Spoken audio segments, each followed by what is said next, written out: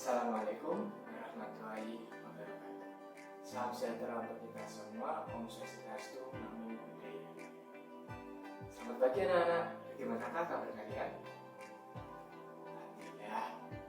Alhamdulillah kita bisa bertemu lagi di pagi yang cerah ini untuk melaksanakan kegiatan belajar mengajar. Semoga niat baik kita diberikan kelancaran serta keberkahan dari Yang Maha Kuasa. Baik, untuk memulai pembelajaran pada pagi hari ini, marilah kita berdoa untuk keyakinannya masing-masing. Berdoa, saya persilakan. Berdoa selesai. Nah, ada sebuah pepatah yang mengatakan, kalau tak kenal maka tak sayang. Itu Bapak ingin mempersepsi kalian, Bapak ingin mengajak kehadiran kalian, dan Bapak ingin lebih mengenal. Oke? Yang pertama, Adi, Burhan, Cici, Delta, Angger, Nia. Oke, nah, semua ya. Baik, Bapak lihat sepertinya kalian kurang konsentrasi ya pada pagi hari ini. Oke, Bapak ada sebuah permainan. Ikuti setelah Bapak. Kemarin disebut Bapak namakan dengan tepuk konsentrasi. Ikuti setelah Bapak. Tepuk konsentrasi, konsentrasi dimulai. Bisa? Bisa ini bersama-sama ya. Tepuk konsentrasi, konsentrasi dimulai. Oke, bagus. Nah, Bapak harap setelah kalian tadi sempat bermain sebentar, Bapak harap bisa lebih konsentrasi untuk memulai pembelajaran pada pagi hari ini. Oke, mari kita mulai. Mari kita buka buku materi IPS halaman 135 bab 3 tentang keunggulan dan keterbatasan antar ruang serta pelaku ekonomi dalam suatu ekonomi. Berikut ada sebuah ilustrasi. Apa yang dapat kalian pahami dari ilustrasi?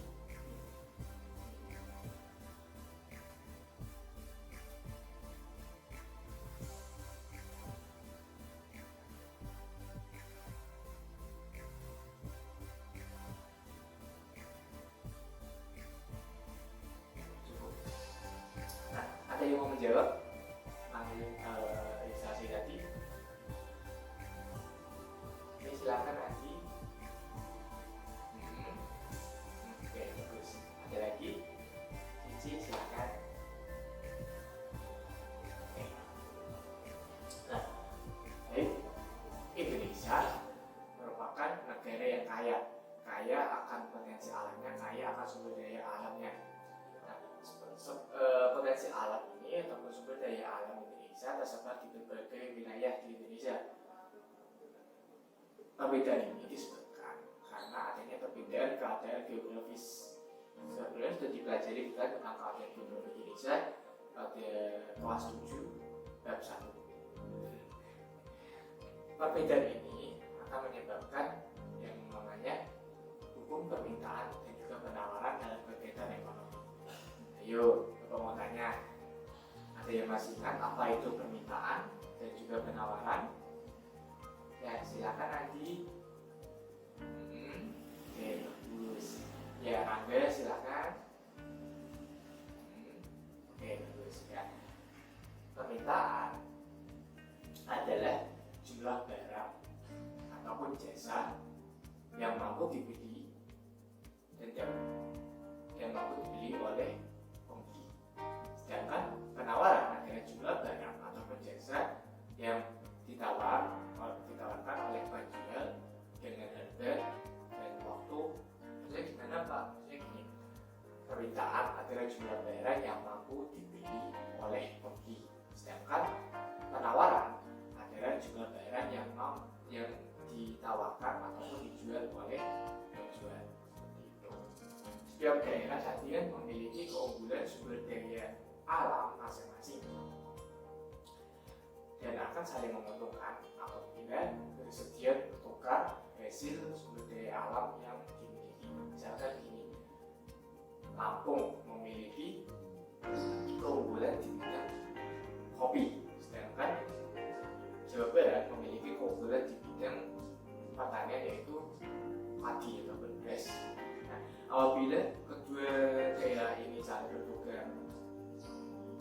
sumber daya alam atau potensi alamnya, maka akan menghasilkan keuntungan yang lebih besar. Laku menjual hasil kopinya di daerah Jawa Barat, kemudian Jawa Barat menjual di daerah Lampung, akan lebih menguntungkan daripada mereka menjual di daerah mereka sendiri. Keuntungan dari pertukaran sumber daya inilah yang menyebabkan terjadinya interaksi dalam dan antar uang berupa kegiatan perdagangan. Karena kan ada interaksi antara orang Lampung dengan orang Jawa Barat. Dalam kegiatan ekonomi tentunya ada pelaku utama ataupun pelaku yang melakukan kegiatan tersebut.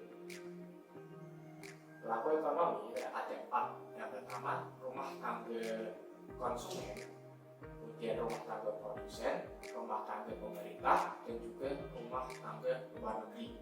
Yang keempat rumah tangga ini memiliki peran mereka masing-masing.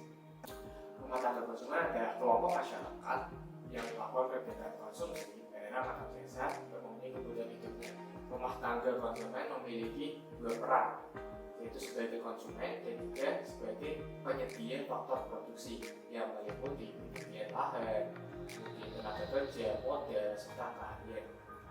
Nah, dari penyediaan faktor produksi, rumah tangga konsumen ini mendapatkan belas jasa. Rumah tangga konsumen menyediakan lahan, otomatis rumah tangga konsumen mendapatkan sewa karena menyewakan lahan mereka. Kemudian rumah tangga konsumen menyediakan tenaga kerja. Kalau tenaga kerja bekerja, otomatis mereka diberi upah.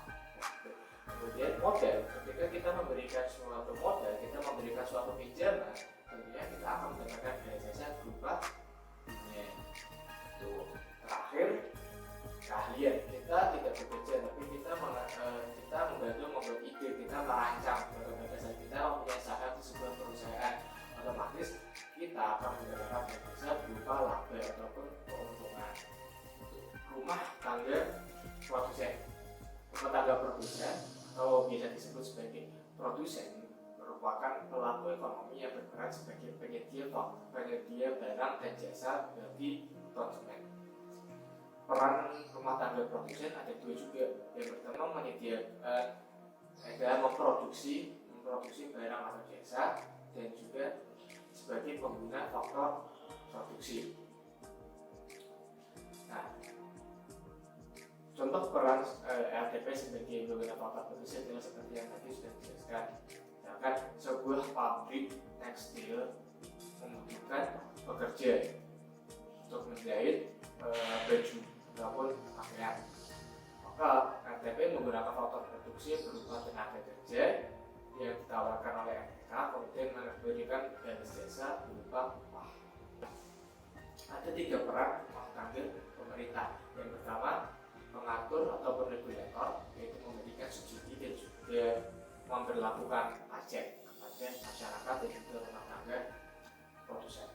Selanjutnya sebagai konsumen, yaitu menggunakan sarana dan prasarana penunjang yang dibeli dari rumah tangga produsen. Misalkan gini, kantor pemerintah membutuhkan kertas, tinta, ataupun printer untuk membuat dokumen-dokumen penting. Nah, mereka kan tidak bisa menghasilkan barang-barang itu sendiri, maka mereka membeli dari rumah tangga produsen. Selanjutnya, peran rumah tangga pemerintah adalah sebagai produsen, yaitu pemerintah memproduksi barang ataupun jasa. Pemerintah memiliki badan usaha milik negara ataupun BUMN. Salah satunya adalah PT KAI. Mereka memberikan jasa berupa transportasi rumah tangga luar negeri.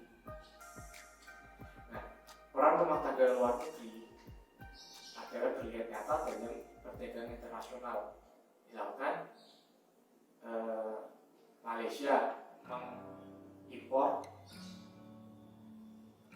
beras dari Indonesia, ataupun Indonesia mengekspor minyak ke negara lain, seperti itu. Oke, sebenarnya kita sebenarnya waktunya sudah habis. Bapak akhiri saja sampai dalam membelajar pada pagi hari ini adalah kita tidak bisa terlepas dari yang namanya kegiatan ekonomi. Setiap daerah tentunya memiliki persebaran dan juga potensi alam yang berbeda-beda. Persebaran inilah namun perbedaan potensi alam inilah yang menyebabkan adanya permintaan dan juga penawaran dari kegiatan ekonomi. Permintaan adalah jumlah barang ataupun jasa yang mampu dibeli oleh pembeli, sedangkan penawaran adalah jumlah barang yang mampu dijual ataupun ditawarkan oleh penjual kepada pembeli.